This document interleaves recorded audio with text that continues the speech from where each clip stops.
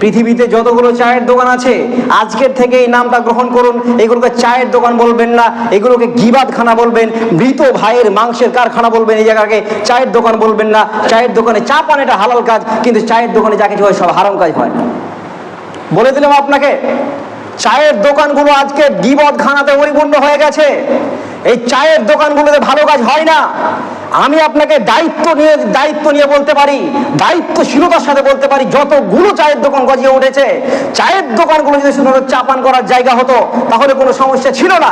আজকের দিনে যত রকমের গিবত, এলাকায় কোন আলেম কোন মহিলাকে নিয়ে চলে গেছে, এলাকার কোন আলেম কোন মহিলার সাথে অপকর্ম করেছে, এলাকার কোন আলেম কি অন্যায় করেছে, সমস্ত চায়ের দোকানে আজকে আলোচনা হয়। কেন?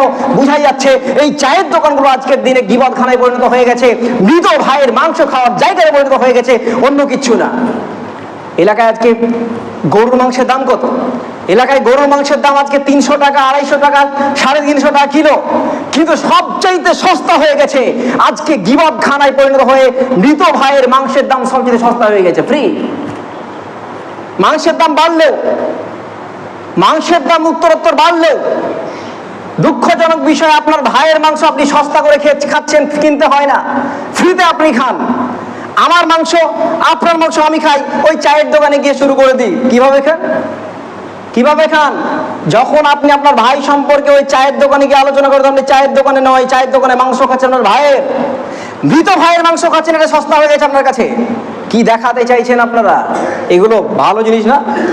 ভাইকে জবাই করে মাংস খেলে অপকার তো আছে, কিছুটা হলেও উপকার থাকতে পারে, মাংসের যে প্রোটিন আছে কিছুটা হলেও উপকার থাকতে পারে, কিন্তু ভাইকে তো, জ্যান্ত ভাইকে জবাই করছে না এরা, মৃত ভাইয়ের মাংস ছিলে খাচ্ছে এরা।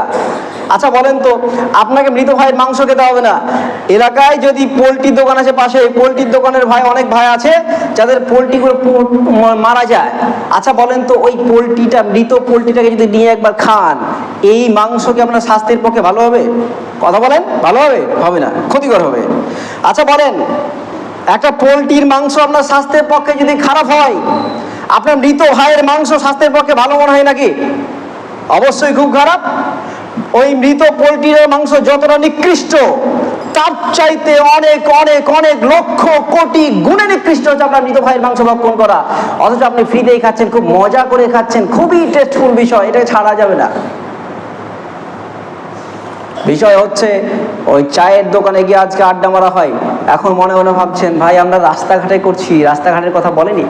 জি না, চায়ের দোকানে কারখানা হলেও আপনি তো ওখান থেকে ওই জিনিসগুলো ডেলিভারি করছেন, এখান থেকে রাস্তায় বলতে বলতে শুরু করছেন, রাস্তাতেও মৃত ভাইয়ের মাংস খাওয়া হয়।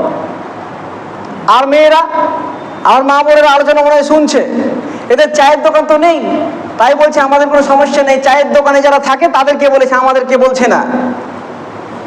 ওদের প্রত্যেকটা সেক্টরই হচ্ছে এই গিবতের কারখানা। যখনই 3-4টা মহিলা এক জায়গায় হয়ে গেছে, আর শান্তি নেই যতক্ষণ পর্যন্ত ভাই সম্পর্কে আলোচনা না করছে। কোন মহিলা কি করেছে কার সাথে, ওই জায়গায় একসাথে আলোচনা হয়। কোন মহিলা তার শাশুড়িকে ভাত দেয় না, ওখানে আলোচনা হয়। কোন মহিলা তার কার সাথে কি করেছে, ওই জায়গায় আলোচনা হয়। এলাকার যত রকমের খবর ওর কাছেই আছে। আপনি দেখুন, আপনি মিলিয়ে নেবেন, দেখবেন যেখানে 3-4টা মহিলা আছে, আপনি যদি যেতে লজ্জা করেন, আড়ি পাতি শুনবেন একবার কি করছে, শুনবেন। যদি তাই না হয়, বেশি দূর যেতে হবে না। আচ্ছা, আপনি, আপনার মা আছে, আপনার বাবা আছে, আপনার স্ত্রী আছে, একটা পরিবারে থাকেন, পাশাপাশি ঘর, এটা যদি না হয়, এরা যদি গিবাদ না করে, তাহলে আড়ি পাততে কেন যায়? দেখি আমার ছেলে আমার বউয়ের সাথে কি কথা বলছে, ঠিক একই রকমের বউ ভাবছে, দেখি ওর ছেলের সাথে ওর মা কি কথা বলছে, দেখি আড়ি পাতা হয় কেন? এর কারণটাই হচ্ছে এই সমস্ত বিষয়গুলো জড়িয়ে আছে, তা আবার বলতে হবে, জানো, এই ব্যাপার।